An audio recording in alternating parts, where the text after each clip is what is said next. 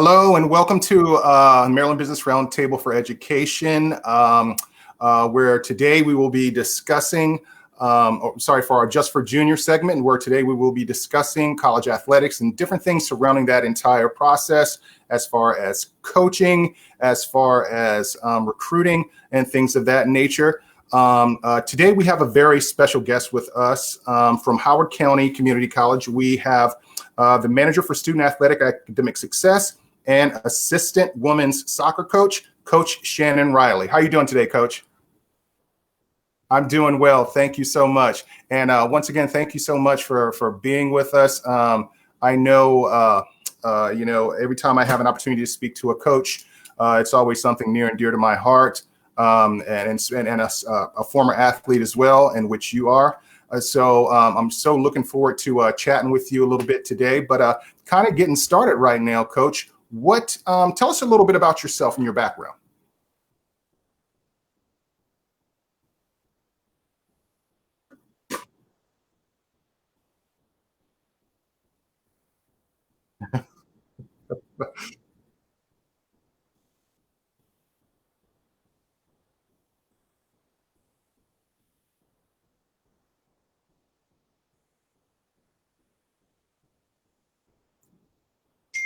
Awesome. Oh my goodness. Okay. Hold tight here. So I'm going to try something else. Okay, there we go. Okay. So, which is amazing. And how did you manage to, like, just in regards to time, being a former athlete, I know how time consuming that is in regards to, playing one sport. How did you manage doing that at the college level for both sports? Time management is probably the biggest thing that I had to learn very quickly. And, you're lucky when you're at that level. You have a lot of things. Even back in the day, I graduated a very long time ago. I'm with you, sister. I'm with you. Even back in the day, we had, tutors and, Study hall. Lots of study halls, where I was forced to do my homework. So, which was good because that's something, academics always comes first. You don't have the grades, you can't play. So yeah, I know what you mean. Now, tell us a little bit about Howard Community College. Where's it located? Number of students there, number of athletic teams, things like that. So Howard Community College is located in the middle of Howard County, Maryland, between DC and Baltimore. We have about 10,000 undergrads, so it's a fairly big campus. We're going to have 11 sports teams next year, and we have currently right now 200 student athletes. Oh my goodness. Okay. So a decent number of student athletes. Yeah. Okay. And as far as teams, how many teams would you kind of think you guys have? I mean, so I know you and I were talking earlier, you guys have soccer, you guys have basketball, you guys have, you have lacrosse, correct? Yeah. So we have men's and women's soccer. We have track and field, cross country, volleyball, men's and women's basketball, men's lacrosse, esports, which is the new and upcoming sport. And then we also have, we will be starting the women's softball program next year. Who's going to be coaching that? You're looking at her. Right on. Congratulations on that, Coach. Thank you. Okay. And so what made you, obviously, I think, our viewers can understand why you chose a career in coaching, but you also, there's an academic side of what you're doing also. What made you kind of choose that route as well? Well, to be honest, to be a student athlete, you are that first, you are a student. And I kind of fell into the role of my academic success manager that I'm in currently. I actually kind of made it myself because Howard Community College was lacking that. We didn't have anyone, and then there's, kids go to community college for a reason. They're either there, for grades. They can't afford, 4-year schools yet. They want to be seen further, recruited further if you're a student athlete. So the academic part of it is huge, to transfer, for instance, from Howard Community College, let's say to University of Maryland or to Towson or any of the in-state schools, you have to have a 3.0 coming out of junior college. Wow. So it's competitive. the better grades you have, the more likely you are to get into four-year schools. Yeah. And like I said, academics comes first. You have to have the grades. If you don't have the grades at community college and really at NCAA level 2 as well, the GPA requirement is at the very minimum a 2.0. I think it's 2.5 in NCAA. Yeah. And then you have to be a full-time student in 12 credits. Okay. And coach, as a coach, what are you looking for when you're recruiting a potential student athlete out of high school? So the first thing I look at is their academics before anything. They have to be able to get into school. So if they don't have that, they're not going to, it's something we can't make work. Then we look obviously at their sport. How skilled are they at their sport? Their athleticism. I like athletes that play multiple sports. I think right now we're becoming too much of a one sport society. I like multiple sports. I also look at, if I'm out recruiting, I look how they interact with people. How do they interact with their parents? How do they interact with their coaches? I always joke sometimes when I'm recruiting for softball, if I see a kid ask their parents to carry their bag for them, I immediately cross them off my list. I don't care if they're the best kid on the team; they're off my list. Okay. Social media as well. Once we get down to really recruiting and who we want on our team, we go immediately to their social media and look through it. Yeah. And I know most coaches do that. So yeah, absolutely. And I don't know that these young people, these young student athletes know that these college coaches are looking at their Facebook, their Twitter accounts, their Instagram, because we want to see, they want to see what kind of young person they're going to bring into that program. Yes, definitely. And I do know a lot of the, because as I become closer with my kids, as they come on my team, we get closer relationship, and they start telling me about Finsta, people's fake Insta accounts and people's fake accounts and how I can find those and stuff like that. So yeah, absolutely. Everyone thinks stuff is hidden, but it's not.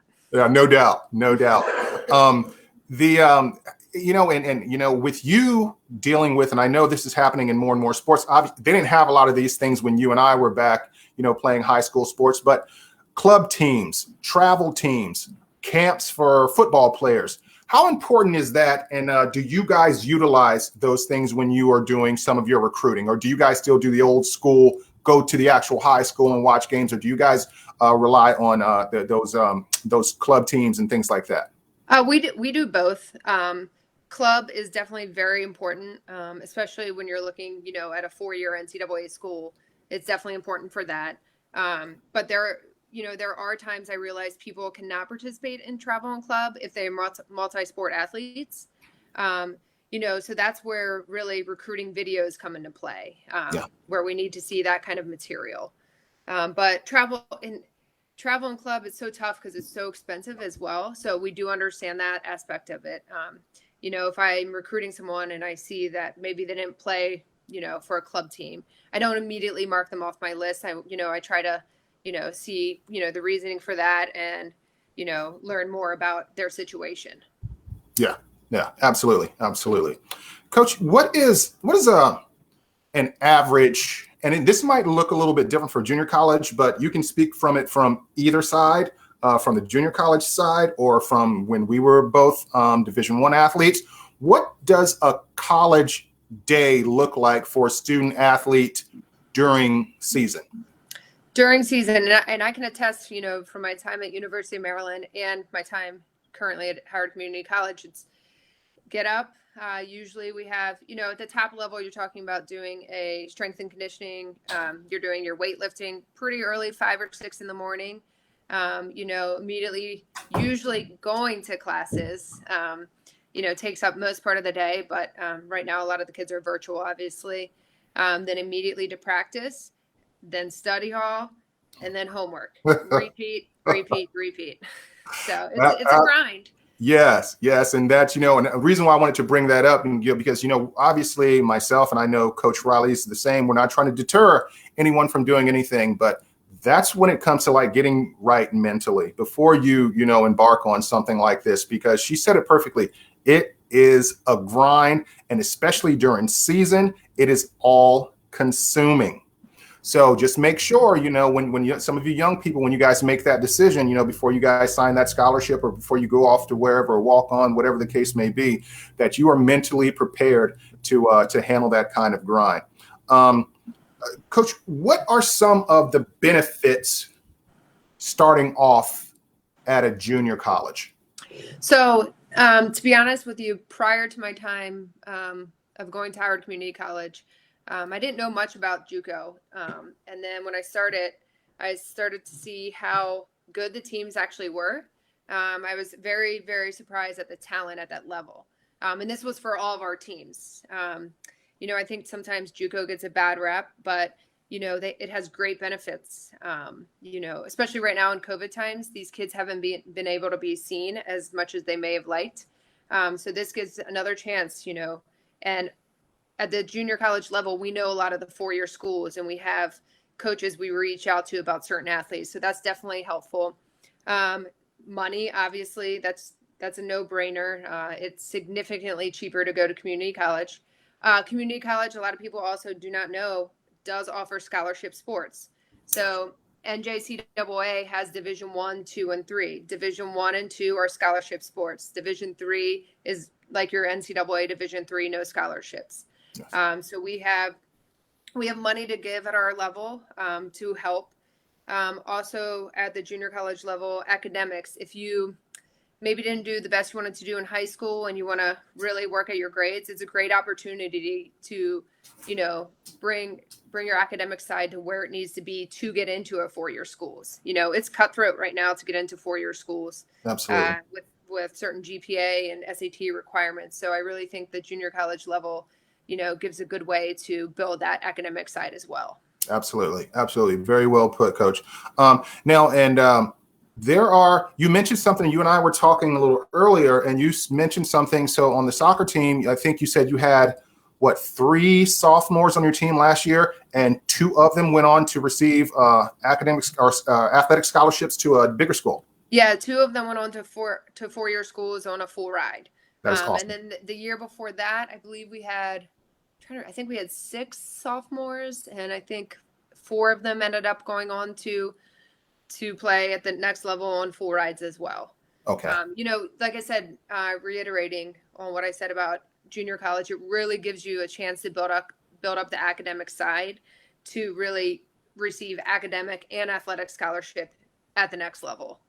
Absolutely. And now from your background and from your experience, some of those maybe young people who came in there and maybe they were struggling academically, do you think that that time, and not only just having the opportunity to build those grades up, but did that time put them in a better place to where they had a better opportunity to succeed once they moved on? Did you find like that worked for some of your students? Definitely. I think we give a good foundation at our level of what is to be expected at the next level, the four-year level. We still do a lot of the same things. We're lifting in the mornings. We have practice. We have study halls. So we're still doing some of the same grind, just a little bit different rules. But I think it gives them a good platform and foundation to build upon so that when they do go to that next level, they're like, hey, you know what? I already knew what to expect because this is what I went through at this junior college level. Absolutely. Absolutely. And Coach, another quick question in regards to that. I know some colleges don't, some colleges do. Do you guys have dorms there?